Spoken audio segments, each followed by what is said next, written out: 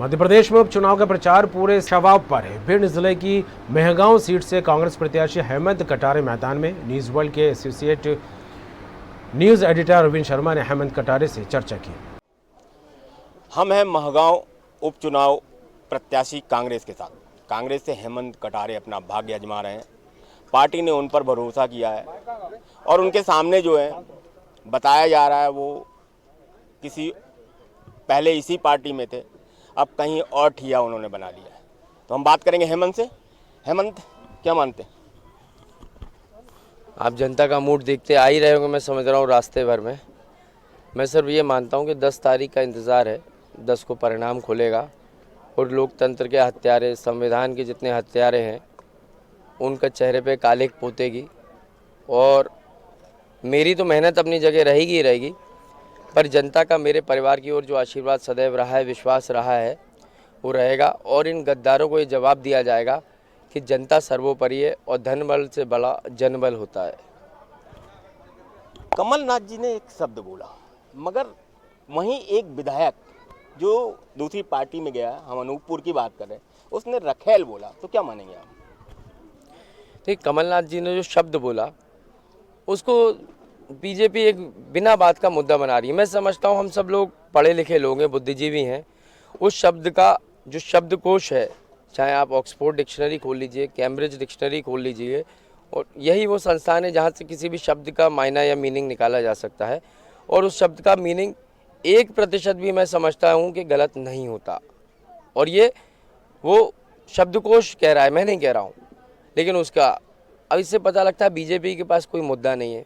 हाथरस का जो कांड है उसको कैसे मुंह पे उनके कालिक पुत गई है। और जो बीजेपी का वोट बैंक है पूरा इस गद्दारी के बाद से उनसे खिसक चुका है, क्योंकि उन्होंने जनता के निर्णय को पलटा। जनता ने कमलनाथ जी को 5 वर्ष के लिए मुख्यमंत्री बनाया था और बीजेपी के कुछ चुनिंदा गुंडों ने उस निर्णय को पलटने की कोशिश करी है और जनता वापस अपने निर्णय पे पहुंचकर कमलनाथ जी को सीएम बनाने वाली है। तो अब ऊल जलूल बातें करके टाइम पास कर रहे हैं शिवराज सिंह चौहान जी।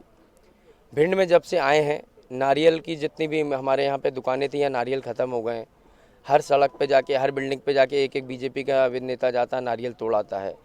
तो यहाँ पे जो है, मैं तो समझता हूँ उनको नारियल का व्यापार करने को अच्छा अवसर मिलेगा 10 तारीख के बाद, और हमारे युवाओं को भी शायद रोज़गार मिले इस माध्यम से।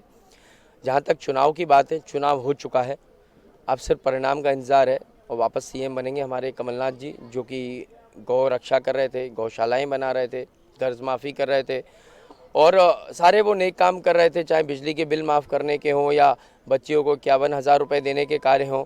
जितने भी गरीब हितैषी, जो जन हितैषी काम थे वो कर रहे थे और जनता उनसे बहुत खुश थी। मैं समझता हूँ सिर्फ 10 तारीख का इंतज़ार करना चाहिए और सिर्फ मेहगांव की नहीं बल्कि सारी 28 सीट पर इन गद्दारों को, लोकतंत्र के हत्यारों को जवाब मिलने वाला है।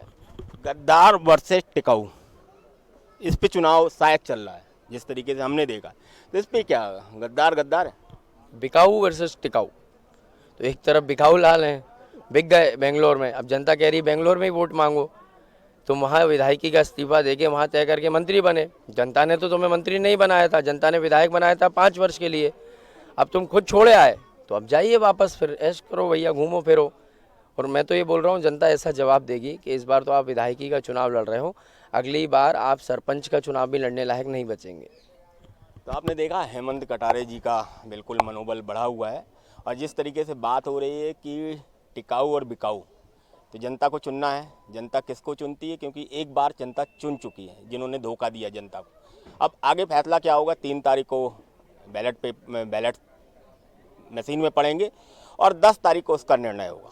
और यहाँ हेमंत बिल्कुल माने हुए हैं कि वो जीत रहे हैं। अब देखने वाला समय होगा, आने वाला समय में क्या निर्णय होता है, जनता किसके साथ जाती है। लोकतंत्र में जनता ही महत्वपूर्ण है। सादित के साथ मेहगांव, भिंड।